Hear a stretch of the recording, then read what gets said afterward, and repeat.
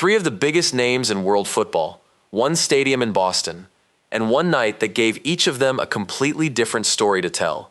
Dembele shocked the entire planet. Mbappe helped win the match but could not buy a goal. And Haaland sat in a suit on the bench while 60,000 people chanted his name. Three men, three completely different nights, and only one of them is smiling this morning. Welcome back to Robert's Football Talk. I am your host, and if you are new here, subscribe right now, because today we are breaking down the three stories inside one match that the entire football world is talking about. Boston Stadium, France versus Norway. The night Dembele stole everything. The night Mbappe gave everything and got nothing.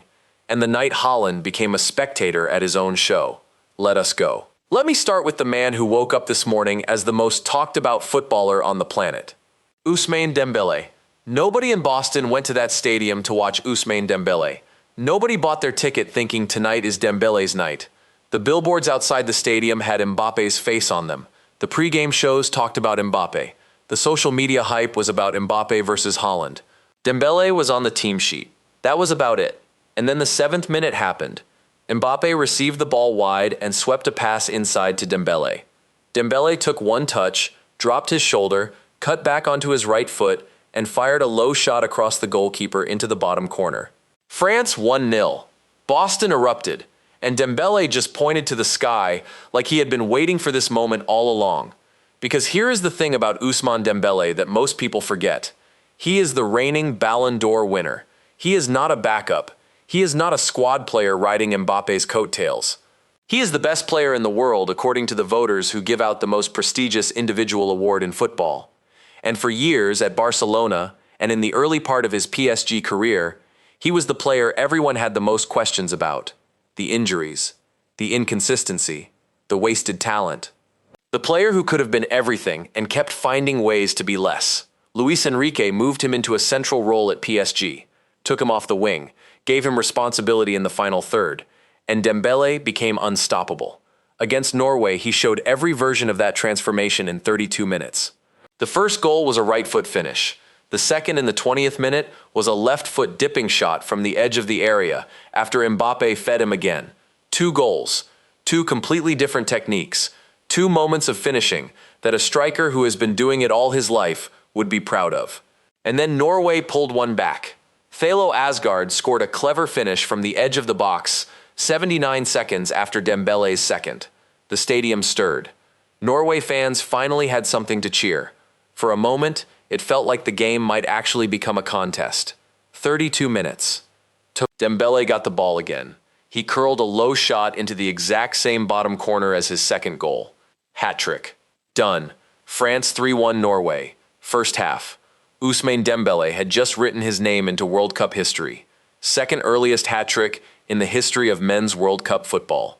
Only the third French player ever to score a World Cup hat-trick after Just Fontaine in 1958 and Mbappe in the 2022 final. 3 goals scored with 3 different techniques.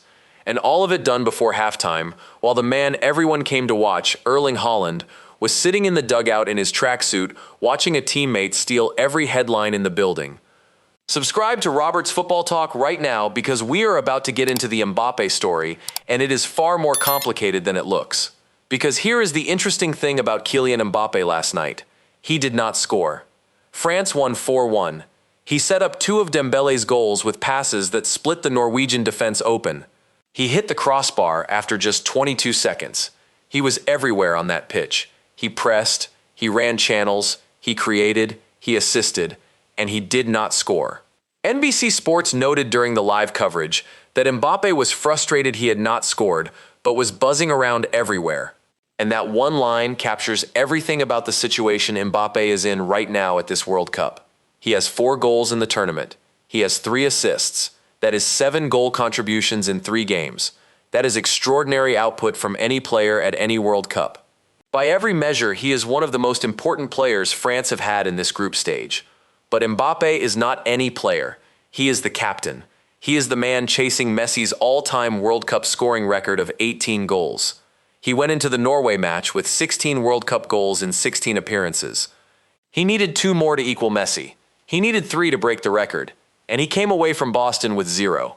The crossbar after 22 seconds told you everything about his mindset in that match. He was hunting, he was desperate to score, and the football gods decided that last night was not going to be his night. Now here is the debate that the Cooligans and every other football show is having this morning. Is Mbappe genuinely frustrated, or is he happy that France won the group and preparing calmly for the knockouts? I think the honest answer is both. Mbappe is a winner.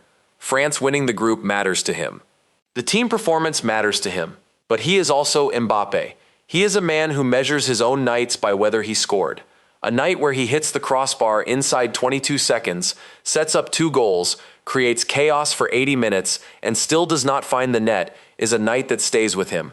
Not in a destructive way, in a hungry way, in the way that makes him go to training the next morning and work even harder. And here is the thing that should terrify every team in the knockout rounds. Mbappe, without a goal against Norway, is still a 6 out of 10 on most people's match ratings because of what he contributed. Mbappe, when he is scoring, when he is at his absolute best, when the goals start flowing the way they did against Iraq, where he registered his 16th World Cup goal, that is a 10 out of 10. That is untouchable. That is the player who breaks Messi's record and wins this tournament's golden boot. He is not satisfied. He will not be satisfied until he scores in the knockouts. And the team that faces France in the round of 32 will be facing a Mbappe who has something to prove. That should terrify everyone. Now let me ask you something before we get to the Haaland story.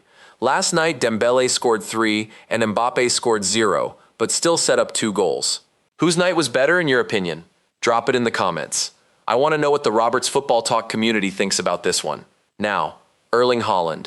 If there is one image from last night that sums up the entire evening, it is this. 60,000 people inside Boston Stadium chanting, "We want Haaland." Haaland, sitting on the bench in his Norway training kit, waving at the crowd. The man they wanted to see was watching a hat trick happening in front of him from the dugout. The build-up to this match had been sold for weeks as Mbappe versus Haaland, the 2 most feared strikers in world football. Face-to-face for the first time at a major tournament. It was supposed to be the clash of the group stage. Every show, every newspaper, every social media account built it up as the event of the week. And Norway coach Ståle Solbakken made 10 changes to his starting lineup. 10. He left Haaland out, he left Odegaard out. He left Nusa out, he left Sorloth out. He sent out a reserve team and decided that protecting his players for the knockout rounds was more important than giving the fans the match they had paid to see. Solbakken's explanation was blunt. He said it was simple. After the Senegal game, 5 or 6 players were very affected physically. Norway had the shortest window between games. He said they want to win, and the question was whether they could win, bearing in mind the physical situation. He said the only consideration for the fans was that they would have wanted to see Erling and Martin Odegaard, but it did not take them any time to make this decision.